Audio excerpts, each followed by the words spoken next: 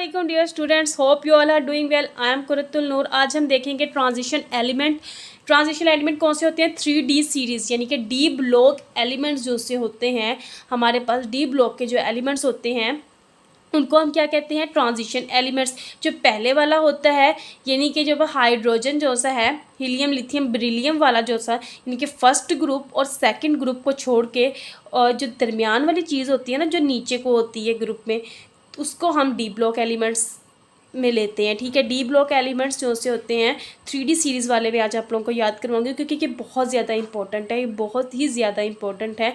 जब हम MOT करते हैं, जब हम VBT करते हैं, जब हम क्रिस्टल फील्ड थ्योरी करते हैं, तो हमें इन सब का पता होना लाजमी है। इनके एटॉमिक नंबर का पता होना लाजमी है, इनकी इलेक्ट्रॉनिक कॉन्फ़िगरेशन पता होना लाजमी है, इनकी जो स्टेट है, ऑक्सीडेशन स्टेट है, वो हमें पता होना लाजमी है। तो आप लोगों को मैं बताऊंगी कि ऑक्सीडेशन स्टेट कैसे इनकी फाइंड की जाए, किसकी क्या होगी। बहुत इजी ट्रिक है, तो आज मैं आप लोगों को एक्सप्लेन करूंगी। तो चलो चलते हैं, देखते हैं कि क्या है। सबसे पहले है हमारे पास स्कैंडियम। ये आप लोगों को याद करनी पड़ेगी अगर आप लोगों को ट्रिक चाहिए। जिस तरह स्कूल टीचर वेरी क्रूअल मारे गी, फिर कॉपी निकाले कॉपी जल्दी, मतलब ऐसे है। मगर इसका तरीके और भी हैं, मैं आप लोगों को उसको तरीका भी बता दूंगी। तो पहले अब हम ये याद करते हैं कि क्या है 3D series D block elements के एलिमेंट्स कौन कौन से हैं। 21 से स्टार्ट होते हैं, हमेशा याद रखना किससे स्टार्ट होते हैं? 21 से स्टार्ट होते हैं। स्कैंडियम का होता है 21। Scandium, titanium, chromium, vanadium, chromium, magnesium, ferric, cobalt, निकल, कॉपर और जिंक। ठीक है, 20 से लेकर 30 तक ये वाले D block element 3D series के जो से हैं ये हमारे पास स्टार्ट होते हैं 21 से, स्कैंडियम से जिंक तक। तो इनकी इलेक्ट्रॉनिक कॉन्फ़िगरेशन कैसे होगी कि 3D में आएंगे ना इलेक्ट्रॉन, फिर उसके बाद 4s में आएंगे इलेक्ट्रॉन। ठीक हो गया। इसमें एक एक्सेप्शन है, सिर्फ क्रोमियम में एक्सेप्शन है और एक कॉपर में, यानी कि CC वाला याद रख लें कि क्रोमियम और कॉपर में एक्सेप्शन है। बहुत आसान तरीका है। एक दफ़ा आप लोग देखें कि scandium, titanium, vanadium, chromium, magnesium, ferric, cobalt, निकल, ये चीज़ें तो ये चार तो वैसे ही इंसान को फिंगर टिप पे याद हो जाते हैं। मैग्नीशियम, फेरिक, कोबाल्ट, निकल, कॉपर, जिंक भी तो याद करना मुश्किल ही नहीं है। ठीक है, तो पहले हम देखेंगे इसका क्या होता है इलेक्ट्रॉनिक कॉन्फ़िगरेशन। हम देखते हैं कि आर्गोन तक तो 18 हो जाता है। ठीक है, जिस तरह हमारे पास आर्गोन है, क्रिप्टोन है, जीनोन है, रेडोन है। ठीक है, आर्गोन से पहले क्या आता है? नियोन। नियोन आर्गोन 8 इलेक्ट्रॉन्स होते हैं, 10 इलेक्ट्रॉन्स होते हैं नियोन के अंदर। उसके बाद आर्गोन के अंदर 18 इलेक्ट्रॉन होते हैं हमारे पास। क्रिप्टोन आ गया, उसके बाद 30 होते हैं। जीनोन के अंदर 54 होते हैं और रेडोन के अंदर 86 होते हैं। तो इस तरह इनके तो इतने इलेक्ट्रॉन हो गए। सबसे पहले 18 तक हमने लिख देना है। तो इसका एटॉमिक नंबर क्या है? 21 है एटॉमिक नंबर। तो हमें 3 इलेक्ट्रॉन्स और चाहिए ना, तो एक इलेक्ट्रॉन हम D में डाल देंगे और 2 S में डाल देंगे। हमने अपना S जो शेल है ना वो कंप्लीट करना है, उसमें 2 इलेक्ट्रॉन्स होने चाहिए लाजमी। तो इसमें तो आंखें बंद करके आप लोग 4s2 में डाल दें और 3D में एक रह गया फिर, क्योंकि 18 और 19 20 हो गया और 21 एक डालना है, तो हमें एक 3D में ले जाएंगे। ठीक है, 3D में ले जाएंगे। उसके बाद टाइटेनियम में देखते हैं 22 है, तो 2 तो हमने 4s में मैंने कहा डाल देने हैं और 2 रह जाएंगे, तो 2 3D में ले जाएंगे। जब हम इसकी कॉन्फ़िगरेशन करेंगे ना बच्चों, तो फिर आप लोगों को पता चल जाएगा 3D और 4s शेल में ही इलेक्ट्रॉन्स हमने भरने हैं। और ये 3D एलिमेंट्स है ना, ट्रांजिशन एलिमेंट्स हैं, 3D डी ब्लॉक एलिमेंट्स है, 3D सीरीज़ है ना, तो 3D तो आएगा। ठीक हो गया। और 4s इसके बाद 3D के बाद 4s में ही इलेक्ट्रॉन जाएंगे, 4p या 4f में तो नहीं चले जाएंगे ना। उसके बाद है वेनेडियम हमारे पास के 23 है एटॉमिक नंबर, 2 तो इसमें चले जाएंगे। ठीक है, 18 19 20 तो हो गया, 3 रह गए, 3 इसमें आ जाएंगे। उसके बाद क्रोमियम में सिर्फ और सिर्फ है कि क्रोमियम की इलेक्ट्रॉनिक की कॉन्फ़िगरेशन जो है ये सबसे ज़्यादा स्टेबल है। 4 जब लिख लेंगे हम, इधर 2 लिख लेंगे, तो वो कॉन्फ़िगरेशन स्टेबल नहीं है ज़्यादा। ठीक है, स्टेबल नहीं होगी। तो क्रोमियम की और कॉपर की जो एक्सेप्शन है, तो उसमें आप लोगों को यही करना पड़ेगा, या तो आप लोग रट्टा लगा लें या तो याद कर लें CC से क्रोमियम कॉपर। क्रोमियम कॉपर की एक्सेप्शन है, यानी इन दोनों में 4s में एक इलेक्ट्रॉन होगा। ठीक हो गया। हमारे पास क्या है, क्रोमियम का 24 होता है ना, तो तो 18 इलेक्ट्रॉन्स है आर्गॉन में, ठीक है, 18 इलेक्ट्रॉन्स आर्गॉन में 19, तो हमें बाकी कितने चाहिए हैं 4 और एक 5 चाहिए ना, और तो 5 अब हम इसमें भर देंगे, इसमें 2 नहीं भरेंगे, क्रोमियम में एक्सेप्शन है याद रखिएगा। उसके बाद मैग्नीशियम 2 भर दें, 5 रह जाएंगे क्योंकि 25 बनाना है, 5 इसमें आ जाएंगे, 6 रह जाएंगे इसमें। फेरिक में 2 इधर भर दें तो इसमें 6 रह जाएंगे। कोबाल्ट में 2 इधर भर जाए 7 रह जाएंगे, 7 इधर आ जाएंगे। निकल में 2 इधर भर जाए 8 रह जाएंगे, तो 8 इसमें भर जाए तो 28 बन जाएगा हमारे पास। कॉपर में भी एक्सेप्शन है, ठीक है, कॉपर में हम इधर 2 नहीं लगा सकते, इधर 2 नहीं लिख सकते, इधर 9 नहीं लिख सकते, 8 नहीं लिख सकते, तो ये भी एक्सेप्शन है। 18 एंड 19 हो गया, तो उसके बाद 10 और एलिमेंट डालेंगे तो हमारे पास 29 बन जाएंगे कॉपर। और उसमें हमने 4s में 1 इलेक्ट्रॉन डाल देंगे तो बाकी कितने रह जाएंगे, एक इलेक्ट्रॉन डाल दिया ना, तो बाकी उसके लिए हाथ से आप लोगों ने काउंट करके लिख देने हैं। जिंक में क्या है कि 2 इसमें डाल देंगे और 10 और हमारे पास 30 बन जाएगा।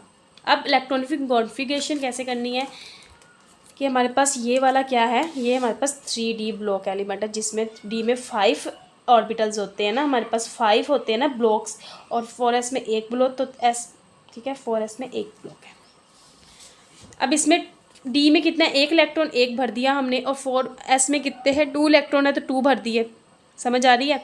उसके बाद टाइटेनियम में 2 है D में तो 2 भर दिए, सिंगल सिंगल डबल नहीं करने, अभी सिंगल सिंगल लेके जाने हैं। उसके बाद 4s में 2 है 2 भर दिए, इसमें 3 है 3 भर दिए सिंगल सिंगल। उसके बाद 4s में 2 है 2 भर दिए। 5 में क्या होगा, 5 भर देना है, एक है ना 4s में तो 1 भर देना है। उसके बाद 5 है हमारे पास 3D में, मैग्नीशियम में मतलब 5 होते हैं 3D में, और 5 भर देने, 2 और आ जाएगा। इसी तरह 6 भर देंगे, 1 2 3 4 5 और ये 6 इसमें 1 आ जाएगा। उसके बाद 1 2 3 4 5 6 और ये 7 आ जाएगा। इसी तरह 8 आ जाएगा, डबल होता जाएगा ना फिर अब। उसके बाद ये 10 होता जाएगा, उसके बाद ये भी 10 होगा, ठीक है, याद रखना है, वैसे याद हो जाता है। कॉपर और जिंक का जो 3D एलिमेंट्स है वो 10 होगा। कॉपर एक्सेप्शन है, चूँकि कॉपर जो सा एक्सेप्शन है तो उसके अंदर 1 एलिमेंट होगा 4s में, और जिंक एक्सेप्शन नहीं है तो उसके अंदर 2 इलेक्ट्रॉन्स होंगे।